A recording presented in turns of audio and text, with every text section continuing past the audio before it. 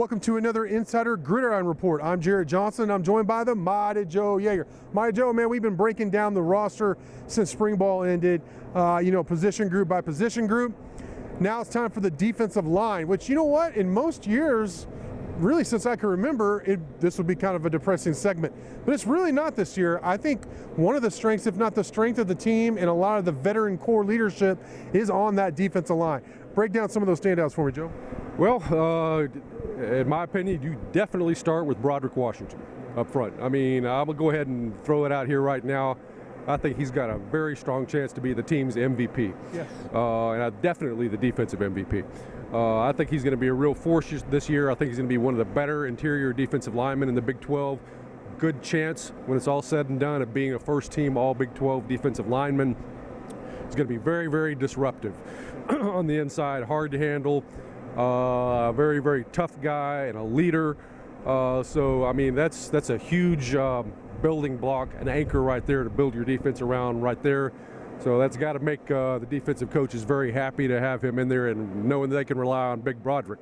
I'm a big fan of Broderick. I'm going to jump in there real quick. So I just want to say, just both on and off the field, I love Broderick Washington. He's a guy who he's a straight shooter. He's a kind of a personality that I really enjoy just dealing with and interacting with. He'll tell it like it is. All that, but then he kicks butt on the field for you. So right, yep. And then right next to him, I think a guy that you're going to see a lot of is Big Nick McCann. Yeah. And I like him too. I mean, he's not as dynamic as Broderick Washington, but you know what? He's a big frame, big body guy who's hard to move out of there. When he's got I think stamina may be a little bit of an issue with him, is why you don't see him out there huge snaps. But if he gets that kind of squared away and can give you, 60 good snaps per game would be fantastic. He's a really good clog it up kind of a guy in there in the middle.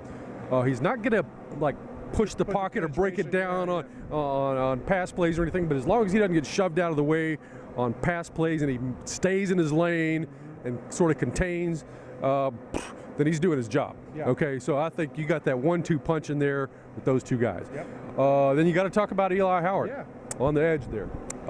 He's a talented player, and again, when he's healthy, he's had his problems with injuries, but when he's right, he is really good. He's another guy that can create some havoc for you off of the edge. With him and Broderick in there, you got a couple of pretty dynamic guys in there on the defensive line. You just got to hope that he stays healthy this year. But I like him. And then I think there's some intriguing other guys to look at here. I mean, Quentin Yachts, what is he going to give you this year? Right. He showed flashes, redshirted last year. Yes. But the year before that, I mean, we saw signs from him. Yep. All right, this guy is for real. He's a Big 12 player. Hopefully this year he's going to be a regular fixture in there, and we can really see what he's going to do.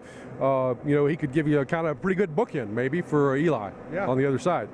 And then you got a bunch of other guys you can talk about. I think those are the three main ones. Gilmore is a guy.